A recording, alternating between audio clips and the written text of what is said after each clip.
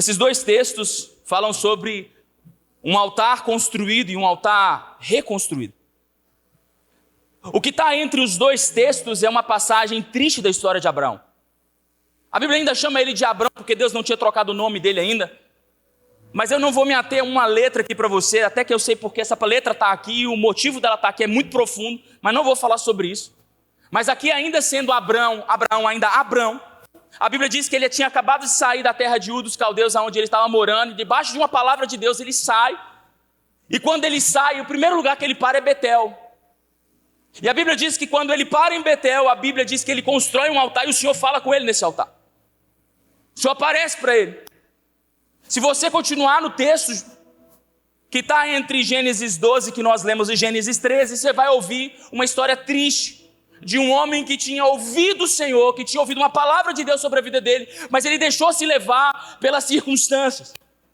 Ele deixou-se levar por aquilo que os olhos dele estavam vendo. E a Bíblia diz que Abraão, ele desceu para o Egito, porque a Bíblia diz que a terra estava passando por uma grande fome, uma grande época de escassez. Então ele ficou com medo daquilo que poderia acontecer com ele. E ele decidiu descer para o Egito, e ele quase pôs à prova. Ele pôs à prova e ele botou tudo a perder, aquilo que Deus tinha movido no coração dele, porque ele desceu para o Egito. A Bíblia diz que por causa da intervenção de Deus, Deus deu um sonho para Faraó. E Faraó liberou Sara. E a Bíblia diz que Sara foi liberta e Abraão pegou a mulher dele e voltou para o mesmo lugar onde ele tinha saído. E a Bíblia diz que quando ele chega nesse lugar de novo, no mesmo lugar que Deus tinha falado com ele, ele constrói novamente, ele reconstrói o altar e Deus fala com ele de novo.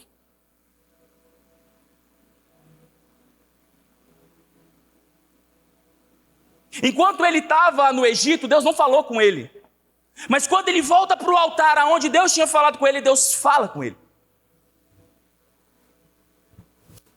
Altares aqui são pontos de contato que nós construímos. Altares são como o ponto de contato entre o céu e a terra. Todas as vezes que você lê sobre altares na Bíblia, você vai ver uma invocação para que o céu invada a terra. Nós podemos ver isso de forma bem explícita quando Elias está orando. E a Bíblia diz, porque Elias começa a orar, a Bíblia diz que Deus manda fogo do céu para consumir o holocausto. Ele levanta um altar e o céu responde. Esse lugar nós comumente chamamos de altar. E as pessoas até pensam, mas por que altar? Por que isso aqui chama altar e não plataforma ou palco? Porque é simples. Porque a visão de Deus para a igreja é: Deus está no céu recebendo adoração. A igreja está na terra adorando. E quem está aqui em cima está facilitando, ajudando a igreja a adorar aquele que é digno de receber a louvor, a honra e a glória. Então nós chamamos de altar porque no Velho Testamento os homens pegavam os seus sacrifícios, levavam até os sacerdotes, e lá eles sacrificavam, facilitando o processo para que Deus pudesse derramar de graça e de favor e de misericórdia sobre o povo. Então todas as vezes que você lê sobre altar na Bíblia, você vai ver o encontro, ou pelo menos a invocação do encontro do céu com a terra. E quiçá fosse só o céu com a terra. Porque a gente sabe que existem altares que não foram construídos para Deus. Existem altares que o diabo construiu no nosso coração para nos afastar de Deus. Altares causados pelo engano. Tem pessoas que foram enganadas pelo diabo. Dá uma olhada para quem está do seu lado. Dá um sorriso para ele, pergunta para ele assim: alguém na igreja já falou uma palavra que você não gostou? Dá uma olhada para o irmão que está do outro lado. Alguém já te feriu na igreja com palavras? Sim ou não? Sim ou não? Só quem já viveu isso, fala um amém aí para mim, só para eu saber. Aí sabe o que o diabo fez? Ele construiu, se você permitiu essa verdade, essa palavra entrar no seu coração, ele construiu um altar no seu coração. dizendo para você: a igreja não presta. As pessoas estão ali, Jesus é legal, mas o fã-clube não presta. Então eu vou ficar fora desse fã-clube, vou amar a Deus, vou adorar a Deus, mas eu não vou mexer com esse negócio de igreja não, porque esse negócio de igreja só dá problema. Existe a possibilidade de você, marido, amar só a cabeça da sua esposa e não amar o corpo inteiro? Existe, esposa, a possibilidade de você amar só a cabeça do seu marido e não o corpo dele? A Bíblia diz que Jesus é a cabeça da igreja. Não existe como você amar uma cabeça e não amar um corpo. E por mais que esse corpo seja difícil de suportar, e eu vou dizer, é difícil de suportar, esse é o chamado de Deus para as nossas vidas. Mas a Bíblia diz que o diabo, ele pode construir um altar de engano no nosso coração. E sabe como se chama esse altar, esse tipo de engano? Orgulho. Você olha para as pessoas, olham para a igreja e diz: eu sou melhor do que ele, que eu não mato, eu não roubo, eu não falo mal das pessoas. Só que esse altar chama-se orgulho. O diabo pode construir tentando te enganar. E existem altares que eu mesmo posso construir para o diabo. A Bíblia chama isso de idolatria. Quando nós não entendemos isso, nós podemos olhar para a nossa vida e dizer: mas eu nunca fiz isso. E quem disse que a sua vida se resume a você mesmo? Deixa eu te lembrar uma coisa. Quando Deus diz que a maldição acompanha a vida dos pais nos filhos até a terceira e quarta geração, não é isso? Não é isso que a Bíblia diz? Então, algo que o seu bisavô fez pode tocar a sua vida, sim ou não? A Bíblia também diz que a bênção de Deus acompanha a vida de um homem até a 1000ª geração. Então aquilo que o seu ancestral, que você não sabe nem falar o nome de tanto tá que tem, se ele fez algo bom, a bênção que Deus derramou sobre ele também pode te alcançar, sim ou não? Então a Bíblia vai mostrar para mim e para você que altares podem ter sido construídos antes de nós. E Deus está olhando para a nossa linhagem. Deixa eu te explicar uma coisa. Quando Deus disse para Saul que ia tirar ele do trono, ele não tirou Saul do trono, ele tirou a linhagem de Saul do trono.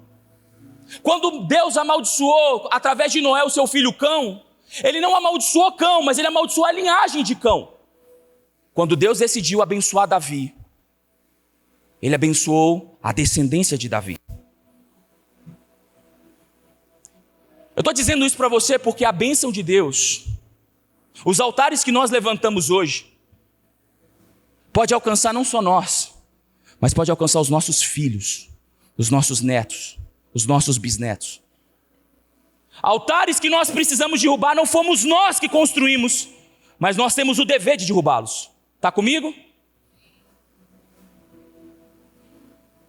Porque é uma besteira muito grande achar que nós viveremos tudo o que Deus tem só na nossa vida. Lembra aquela música, não morrerei até que a promessa se cumprir? Não morrerei até que a promessa não se cumpra. Vamos cantar isso para Moisés. Que a Bíblia diz que chegou no cume do monte e Deus diz: olha para a terra. Está vendo? Eu te prometi isso, mas você bateu na rocha. Você desobedeceu. Você vai ver, mas não vai entrar. Agora não, Moisés, agora você não entra não.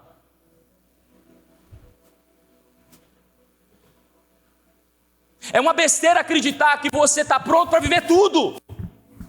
Não vou até tudo se cumprir na minha vida. Desculpa, querido. Essa verdade não se aplica a Moisés e também não se aplica a você. Talvez aquilo que Deus vai começar em você vai desembocar na vida dos seus netos, dos seus filhos, dos seus bisnetos, e você vai ser lembrado por aquele que começou um avivamento na sua família, em nome de Jesus. Você crê nisso? Você pode dizer um amém por isso? E eu tenho uma boa notícia: alguém fez algo bom no passado, talvez na sua família, e você não plantou nada, mas eu quero profetizar que você vai colher bênçãos que foram plantadas através da sua linhagem, em nome de Jesus. Você crê nisso? Você pode aplaudir o Senhor em nome de Jesus. A minha vida não se resume a essa vida. A sua vida não se resume a essa vida. Na verdade, a Bíblia diz que se eu achar que a minha vida se resume a essa vida, eu sou digno de misericórdia e de compaixão. A Bíblia diz que miserável homem que sou, se eu acreditar que a minha vida termina quando eu fecho os meus olhos aqui na terra. Paulo diz, miserável homem que eu sou. Porque a nossa vida não está atrelada a essa cronologia de anos. A sua vida não acaba quando você morre. A sua vida não acaba quando você está velhinho e acabou. Não. A sua vida só está começando. Só que a gente não fala sobre isso. A gente não prega sobre isso. Porque a igreja, de alguma forma, acreditou que tudo que você tem para receber, você vai receber. Então você foi ensinado que você precisa ser abençoado, bem-sucedido, que Deus vai te levantar, e eu acredito em tudo isso.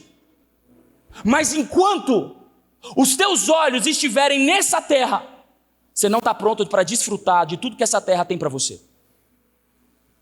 Está comigo? Se os seus olhos estiverem atrelados àquilo que Deus vai fazer aqui, você não está pronto para desfrutar tudo que Ele tem para fazer aqui. Porque a Bíblia vai mostrar para mim e para você que a verdadeira vida, ela é exercida depois que você morre. Jesus disse, quem crê em mim, ainda que morto, viverá. Só que nós acreditamos que a nossa vida, ela foi plantada nessa terra para de alguma forma nós recebemos tudo que nos é de direito. Quando a gente morrer, está tudo certo, a conta está paga, como se nós tivéssemos algum débito para receber de Deus. Deixa eu te contar uma coisa muito importante. A nossa verdadeira riqueza está além das margens dessa vida. A verdadeira riqueza que Deus tem para você está além das margens dessa vida. Tem muito mais. Deixa eu te contar uma história. A Bíblia fala em Atos capítulo 2, 3, se não me engano, a vida de um homem chamado Estevão. A Bíblia diz que por amor ao nome de Jesus, porque ele não amou a sua própria vida, ele morreu apedrejado. Mas antes de morrer apedrejado, a Bíblia diz que ele viu os céus abertos e o Pai falando com ele. Ele não amou a própria vida. A Bíblia diz que Pedro, por não amar a própria vida, a história diz que ele foi crucificado como seu Messias. Só que ele disse, eu sou digno de perder a minha vida, como o meu Senhor foi. Me vira de cabeça para baixo. Paulo, em sua derradeira missão a Roma, escrevendo para Timóteo, sozinho,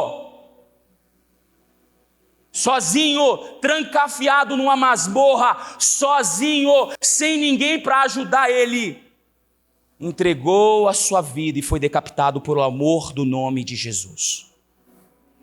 Tiago, decapitado. João, que não morreu de morte morrida, não morreu de morte matado, morreu de morte morrida. Mas a história diz que ele foi escaldado vivo.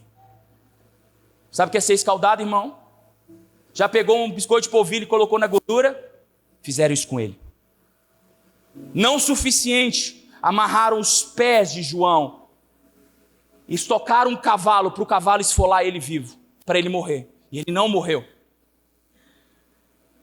E no final, foi exilado em Patmos. Filipe, pelo amor do nome de Jesus, morreu enforcado. Policarpo de Esmirna, um dos pais da igreja, discípulo de João, a história diz que ele foi amarrado numa estaca para morrer queimado. Tacaram fogo nele, ele não morria porque o fogo não pegava nele. Perfuraram o coração dele, e a história diz que o sangue do coração dele apagou a fogueira, mas ele morreu. A história diz que Nero, nas ruas de Roma, colocava os cristãos como tochas, como postes humanos. para iluminar a rua de Roma. Só que enquanto pegavam fogo, eles cantavam louvores ao Senhor Jesus. Nero, não satisfeito, amordaçava os cristãos, para que os gemidos de louvores fossem confundidos com os gemidos de dores. A Bíblia chama esses homens de homens cuja terra não era digno deles. A história diz que eles não eram dignos dessa terra, essa terra não era digna de receber esses homens. E sabe o que todos eles tinham em comum?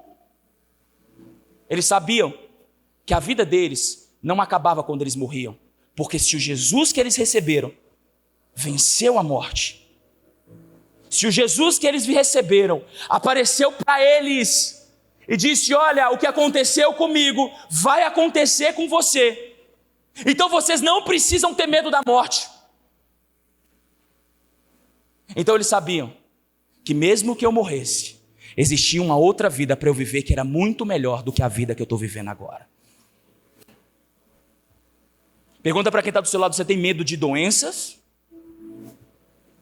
Pergunta para o outro que está do outro lado: você tem medo do anticristo? Porque agora está todo mundo falando, porque agora, né, o Trump, é o Elon Musk, é isso, é aquilo. Meu irmão, você está com medo? De que você tem com medo? Eu estou com medo, pastor, porque vai que eu vou sofrer. Está com medo de sofrer, crente? Nós somos igual pão, igual massa de pão. Quanto mais bate, mais a gente cresce. Amém?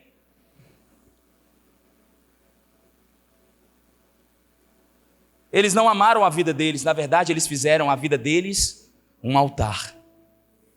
A vida desses homens foi um altar. Eles disseram: Deus, eu não amo a minha vida. A minha vida é sua. Porque eu quero viver a sua vida, porque o Senhor morreu a minha morte. Então a minha vida vai ser uma oferta de gratidão. E tudo que o Senhor quiser fazer comigo, o Senhor pode fazer. Porque eu sei que a verdadeira vida que eu vou viver não está aqui nesses 20, 30, 40, 50, 60, 70 anos. A minha verdadeira vida está na eternidade. Então não existe fome. A Bíblia fala, Paulo dizendo para Romanos: não tem medo, fome, dores, doença, frio, espada, nada nos separará do amor de Deus.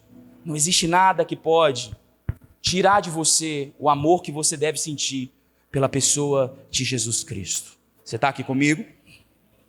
Mas pastor, mas o senhor não sabe o que eu estou passando. Existe uma vida para ser vivida que não é nessa terra. Deixa eu te contar uma coisa para vocês, todo mundo está aqui. O evangelho de Jesus não é um evangelho para essa terra. O evangelho de Jesus é para te alcançar aqui, para que você viva lá com ele. Se você está vivendo a sua vida achando que o evangelho é tudo aqui, eu quero que você abra comigo em 1 Coríntios capítulo 15 então, que eu quero derrubar essa fortaleza que o diabo construiu no seu coração. Eu quero profetizar sobre a sua vida que você vai sair daqui alegre, como você nunca saiu daqui dessa igreja, em nome de Jesus. Você vai sair daqui leve. Eu quero dizer para você que nessa noite Deus vai diminuir o tamanho do foco do seu problema. Você não vai sair sem ele, mas ele vai ser muito menos pesado do que você está carregando agora, em nome de Jesus. Aleluia. 1 Coríntios é um texto longo, então eu quero que você preste bastante atenção no que eu vou dizer. 1 Coríntios capítulo 15, verso 12, diz: ora, se está sendo pregado que Cristo ressuscitou dentre os mortos, como alguns de vocês estão dizendo que não existe ressurreição dos mortos? Se não há ressurreição dos mortos, então nem mesmo Cristo ressuscitou. E se Cristo não ressuscitou, é inútil a nossa pregação, como também é inútil a fé que vocês têm. Mais que isso, seremos considerados falsas testemunhas de Deus, pois contra ele testemunhamos que Cristo ressuscitou dentre os mortos. Mas se de fato os mortos não ressuscitam, ele também não ressuscitou a Cristo. Pois se os mortos não ressuscitam, nem mesmo Cristo ressuscitou. E se Cristo não ressuscitou, é inútil e é a fé que vocês têm, e ainda estão nos seus próprios pecados. Se é somente para essa vida que temos esperança em Cristo, dentre todos os homens, somos os mais dignos de compaixão. Mas se de fato Cristo ressuscitou dentre os mortos, sendo a primícia daqueles que dormiam, visto que a morte veio por meio de um só homem, também a ressurreição dos mortos veio por meio de um só homem. Pois da mesma forma como Adão, todos morrem, em Adão todos morrem, mas em Cristo todos nós seremos vivificados. Amém? Cada um por sua vez, primeiro Cristo, quando ele vier, os que lhe pertencem. Então virá o fim. Você pode dizer: Maranata, a hora vem, Senhor Jesus. Então virá o fim, quando ele entregar o reino a Deus, o Pai, depois de ter destruído todo domínio, autoridade e poder. Pois é necessário que ele reine até que todos os seus inimigos sejam postos por debaixo dos seus pés. O último inimigo a ser destruído é a morte, porque ele tudo sujeitou debaixo dos seus pés. Ora, quando se diz que tudo lhe foi sujeito, fica claro que isso não inclui o próprio Deus, que tudo submeteu a Cristo. Quando, porém, tudo lhe estiver sujeito, então o próprio Filho se sujeitará àquele que todas as coisas lhe sujeitou, a fim de que Deus seja tudo em todos. Se não há razão, que farão aqueles que se batizam? Se não há ressurreição, que farão aqueles que se batizam pelos mortos? Se absolutamente os mortos não ressuscitam, por que se batizam por eles? Também nós, porque estamos nos expondo a perigo a todo tempo. Para aqui. Para. Olha aqui para mim. Um homem que escrevia essa carta tinha sofrido por naufrágios, açoites, prisões.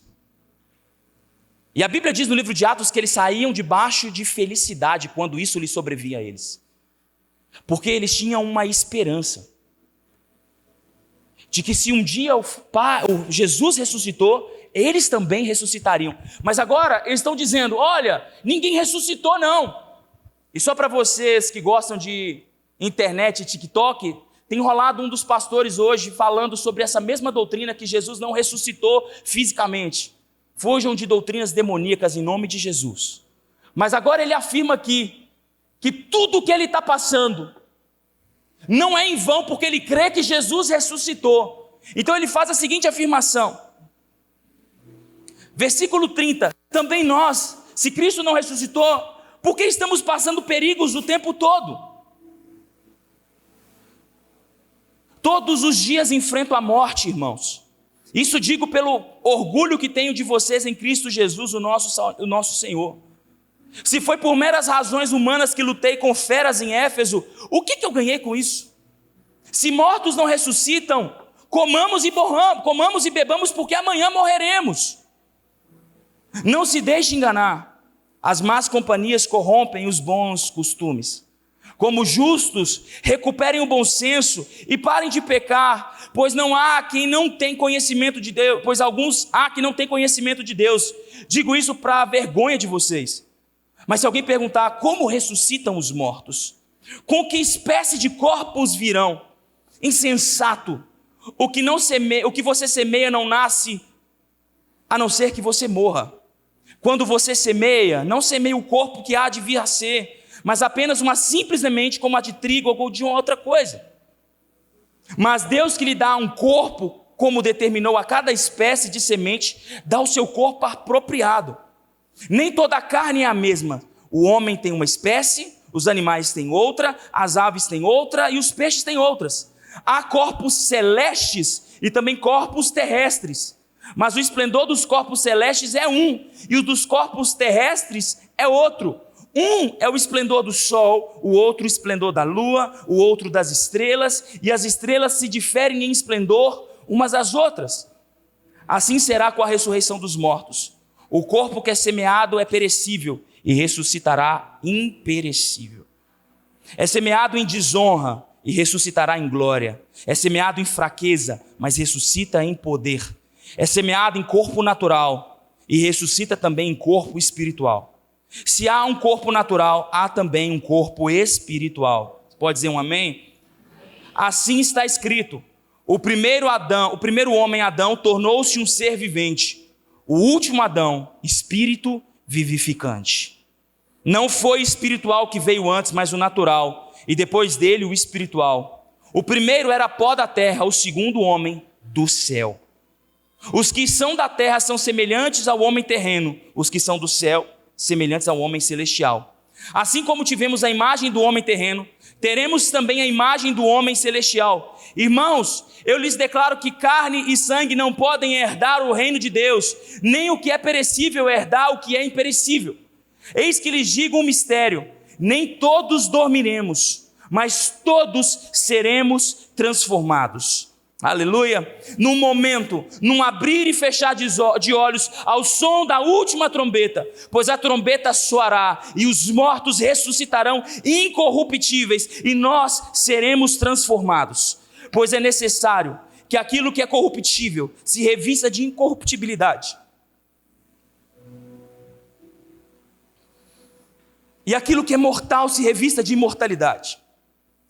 Quando, porém, o que é corruptível se revestir de incorruptibilidade, e o que é mortal da imortalidade, então se cumprirá a palavra que está escrita: a morte foi destruída pela vitória. Onde está, ó morte, a sua vitória? Onde está, ó morte, o seu aguilhão? O aguilhão da morte é o pecado, e a força do pecado é a lei. Mas a graça de Deus que nos dá a vitória por meio do nosso Senhor Jesus Cristo.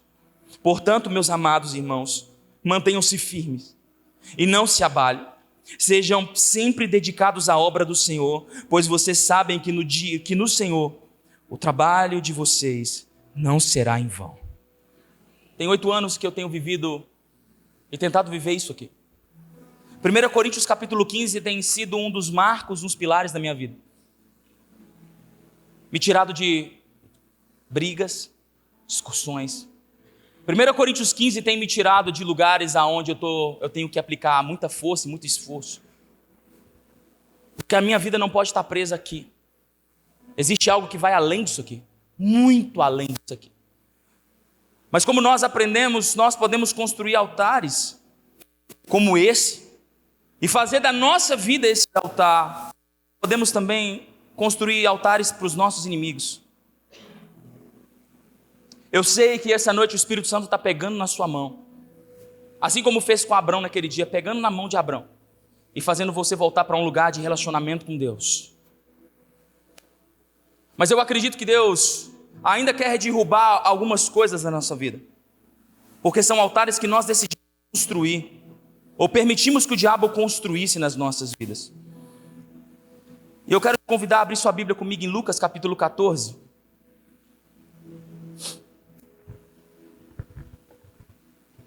Lucas capítulo 14, versículo 29.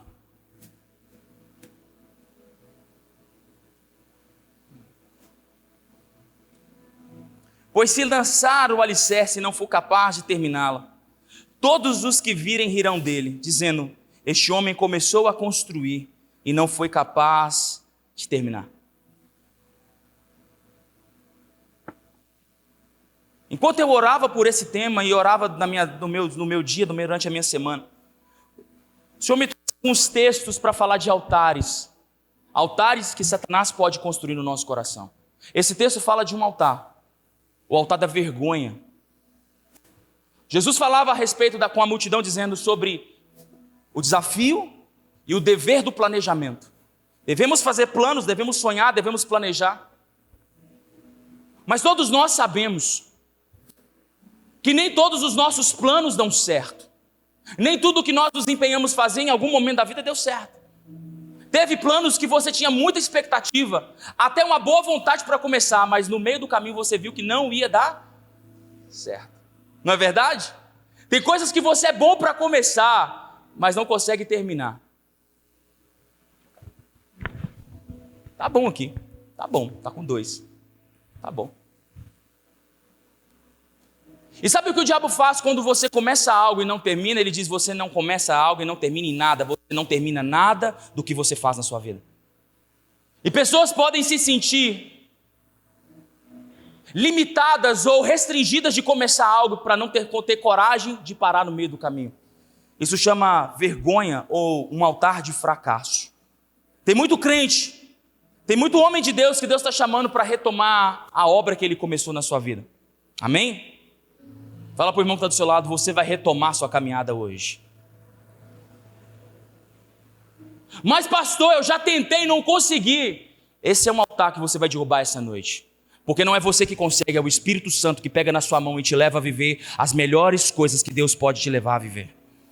Não são palavras, não são homens e muito menos crítica das pessoas que podem te parar. A única pessoa que pode te parar é Jesus. E Ele vai te empurrar para frente, não vai te segurar.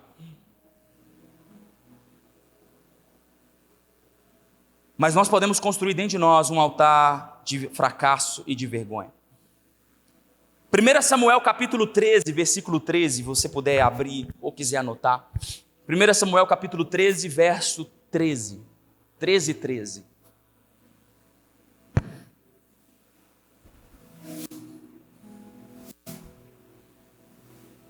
Disse Samuel, você agiu, Saul, como um tolo, desobedecendo os mandamentos do Senhor. Se você tivesse obedecido, Ele teria te estabelecido para sempre o seu reinado sobre Israel. Mas agora seu reinado não permanecerá. O Senhor procurou um outro homem segundo o seu coração e designou para líder do seu povo, pois você não obedeceu o mandamento do Senhor. Isso poderia ser simples desobediência. Isso poderia ser uma simples desobediência. Saul poderia ter se arrependido, eu não sei, talvez se ele tivesse se arrependido, talvez Deus pudesse fazer algo pela vida dele. Mas quando Deus disse que ele já não era mais o líder, e que Deus tinha levantado um outro líder, Saul tomou essa palavra e começou a perseguir todos que poderiam ter potencial de líder. Davi foi perseguido por 12 anos, até se tornar rei de Israel. Então, a decisão da desobediência construiu no coração de Saul um altar de rebelião. Ele já não tinha mais arrependimento no seu coração, ele só queria eliminar os seus concorrentes. Ele só queria dar cabo da vida de quem poderia tomar o lugar dele, mesmo sabendo que não foi ele que pegou, foi Deus que entregou para ele. Existem pessoas que permitiram que o diabo construísse no seu coração um altar de rebelião. Quando alguém diz para você, ei, você está errado, a primeira coisa que você faz não é reconhecer, é criticar quem está te criticando. A primeira coisa que você faz é se tornar resistente com a crítica. A primeira coisa que você faz é se afastar do quem te critica. Você não consegue avaliar, você já está pronto para o ataque. Você está pronto para se justificar, você está pronto para dizer, e para dizer para as pessoas que você não é aquilo que ela está dizendo. Um altar de rebelião vai sempre encontrar alguém que é bom de explicação. Deus quer derrubar essa noite. Luiz Hermínio dizia, quem é bom de argumento é mau de arrependimento. Se você não consegue se arrepender, existe um altar dentro do seu coração que não foi o Senhor que construiu. A Bíblia diz que Deus não resiste a um coração quebrantado. Aleluia. Hebreus, capítulo 12, versículo 16.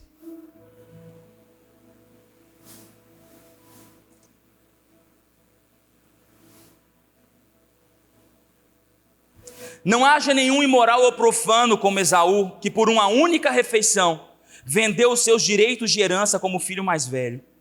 Como vocês sabem, posteriormente quis herdar a bênção e foi rejeitado, e não teve como alterar a decisão, embora buscasse a bênção com lágrimas.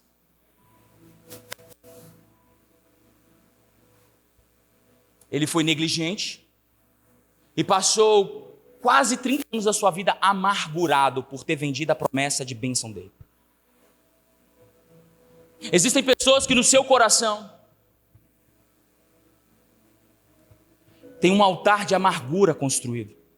Alguém te disse algo, você não gostou, e você pegou aquilo como ofensa. E colocou essa ofensa dizendo, ninguém nunca mais vai falar comigo desse jeito. Olha para quem está do seu lado. Pergunta para ele se conhece gente assim. Nunca mais você vai falar comigo desse jeito. Nunca mais ninguém vai falar comigo desse jeito. Eu não aceito mais Pergunta para o amargurado se ele se sente amargurado. O amargurado não se sente amargurado, o amargurado se sente injustiçado. Ele diz: o que fizeram comigo? Tem um altar construído no seu coração. A Bíblia diz que Paulo, quando escreve para Timóteo, perto ao leito de morte, ele começa a escrever para Timóteo. A Bíblia diz que Paulo está sozinho. Sozinho. Não tinha ninguém com Paulo. A Bíblia fala de Alexandre, um homem que se dizia benfeitor de Paulo, mas quando Paulo vai ser julgado, ele é o promotor. Além de sozinho, ele foi traído. Seus amigos se afastaram. Está Paulo, o grande Paulo, sozinho. O discurso de Paulo é: eu não estou sozinho, Deus está comigo. Paulo diz para Timóteo: Timóteo, se você puder vir, venha. Quero estar com você, Timóteo. Sinto saudade de você. Paulo, no seu leito de morte, sozinho, humilhado, preso. Paulo podia ter todos os sentidos. Ele poderia dizer: Deus, tanta coisa que eu fiz no seu nome, tantos milagres que o Senhor me usou, tantas coisas eu fiz, eu te vi 2 vezes e eu estou aqui sozinho. Mas a Bíblia diz que não se encontrou amargura no coração de Paulo. Não tinha. E enquanto nós não cultivamos amargura, nós podemos cultivar da presença de Deus. Mesmo que ninguém te abrace, mesmo que ninguém te ame, mesmo que ninguém faça nada por você, o Senhor é aquele que te pega pela mão e diz: filho, eu estou do seu lado. Eu estou aqui. Eu estou aqui. Sabe por que muitas vezes nós não sentimos? Porque existem outros altares aqui dentro. Por último, e eu prometo que estou encerrando, eu queria que você abrisse sua Bíblia comigo em Atos, capítulo 1, verso 15. Atos, capítulo 1, verso 15, diz assim: naqueles dias Pedro levantou-se entre os irmãos, um grupo de cerca de 120 pessoas, e disse-lhe: irmãos, era necessário que se cumprisse a escritura que o Espírito Santo predisse pela boca de Davi a respeito de Judas, que serviu de guia para os que prenderam Jesus. Ele foi contado como um dos nossos e teve participação nesse ministério. Com a recompensa que recebeu pelo seu pecado, Judas comprou um campo, e ali caiu de cabeça, e seu corpo partiu-se ao meio, e suas vísceras se derramaram. Todos de Jerusalém sabendo disso, de modo que na língua deles, esse campo começou a chamar Alcedama, isto é, campo de sangue, porque, prosseguiu Pedro, está escrito no livro de Salmos: fique deserto o seu lugar, e que não haja ninguém que habite, ninguém que habite nele, e ainda que outro, diga para quem está do seu lado, que outro ocupe o seu lugar. Que outro ocupe o seu lugar. Que outro ocupe o seu lugar. De quem era o lugar entre os 12? Era de quem? De quem? De quem Jesus escolheu? A Bíblia está falando aqui de um homem chamado Matias, que foi escolhido depois da morte de Judas. Mas a Bíblia diz que o lugar dele era de Judas. Pastor, mas Judas traiu. Verdade. Judas traiu. Judas entregou Jesus. Eu até acho que Jesus, quando Jesus olha para Judas, diz: vai lá e faz o que você tem que fazer. Só é traído quem não sabe, quem sabe não é traído. Ele diz para Judas: Judas, vai lá e faz o que você tem que fazer. A pregação anterior de Jesus é: vinde a mim, aqueles que vierem a mim, de forma alguma lançarei fora. A Bíblia diz que quando Judas traz Jesus, ele tinha o poder de correr para Jesus. Mas ele decidiu correr para o sacerdote, para devolver as moedas. Pergunta boba: se Judas tivesse corrido para Jesus, o que poderia ter acontecido com a vida dele? O que você acha?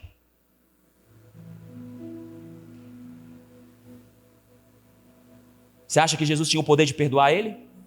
Sim ou não? Ele olhou para o ladrão da cruz e disse: ainda hoje, para um ladrão, ainda hoje, estarás comigo no paraíso. Imagina para um homem que acompanhou ele 3 anos. Falou: ô Judas, vem cá, meu filho. Eu sei que seu coração se enganou e que o diabo prevaleceu, mas vem cá. Eu te perdoo e te chamo de amigo. Mas Judas decidiu correr para um outro lugar. Mas a Bíblia está dizendo que o lugar era dele. Mas porque ele não correu para Jesus, alguém ocupou o lugar que era dele. Sabe o que isso é importante para a gente entender? Porque às vezes a gente pensa o seguinte, que o nosso lugar é o nosso lugar em Deus. Não. Não. Se você se ausentar, alguém pode ser colocado no seu lugar. Se você deixar sua capa cair, alguém pode pegar a sua capa. Quando a capa de Elias caiu, alguém pegou a capa de Elias. Quando nós vemos Elias em depressão, a Bíblia diz que Deus dá uma palavra para ele, você vai ungir um rei, um sacerdote e Eliseu. A Bíblia diz que ele não ungiu nem o rei nem o sacerdote, só ungiu Eliseu. E Eliseu teve que terminar a obra que Elias começou, porque Elias foi tomado. Então eu quero que você entenda uma coisa muito importante. O seu lugar pode estar vago, ou alguém ocupando o seu lugar em Deus. Você preocupado em levantar altares de justificativa, de rebelião, de incredulidade, altares de amargura, outra pessoa pode estar fazendo aquilo que você deveria estar fazendo. A pergunta é, você está feliz? No lugar onde você está agora? Você está vivendo plenamente tudo o que Jesus te prometeu que você viveria? Ou talvez você está aqui hoje e deixou sua capa cair em algum pedaço do caminho. Levantou altares que não deveriam ter sido levantados. Ficou em lugares que você não deveria ter ficado. Desceu para lugares como o Egito que não deveria ter ficado. Está lá, Deus, faz alguma coisa na minha vida. Você dizendo, só levanta seu altar. Derruba os altares que você levantou e levanta o meu altar de novo na sua vida e eu vou te dar o que você está buscando. Eu vou te responder. Eu vou falar com você. Sabe qual é o nosso problema? Que nós queremos ouvir Deus nos lugares que Ele não está aparecendo. Nós queremos que Deus fale com a gente na nossa amargura. Nós queremos que Deus fale com a gente na nossa rebelião. Nós queremos que Deus fale conosco na nossa incredulidade. Deus diz, olha, derruba isso. Volta para o lugar que eu te chamei. Toma de volta a sua capa e eu vou falar com você.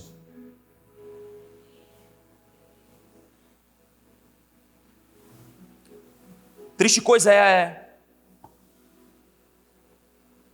alguém inoperante diante de Deus. Alguém que não tem cheiro, não tem sabor, não tem nada, porque decidiu abandonar a sua vida no meio do caminho. Mas eu tenho um recado de Deus para você essa noite. Deus quer que você pegue a sua capa de volta e retome a caminhada que você começou lá atrás. Deus quer que você derrube esses altares. Eu disse só 3, mas pode ter outros. Que Deus quer que você derrube para recomeçar a sua caminhada. Porque se você derrubar e voltar de novo para Betel, que é o lugar onde Deus fala, Deus quer falar com você de novo. Pastor, mas eu não sei o que já passou na minha vida. Não importa o que passou. Não importa. Se você voltar, Deus pode falar com você essa noite. Eu quero que você fique de pé.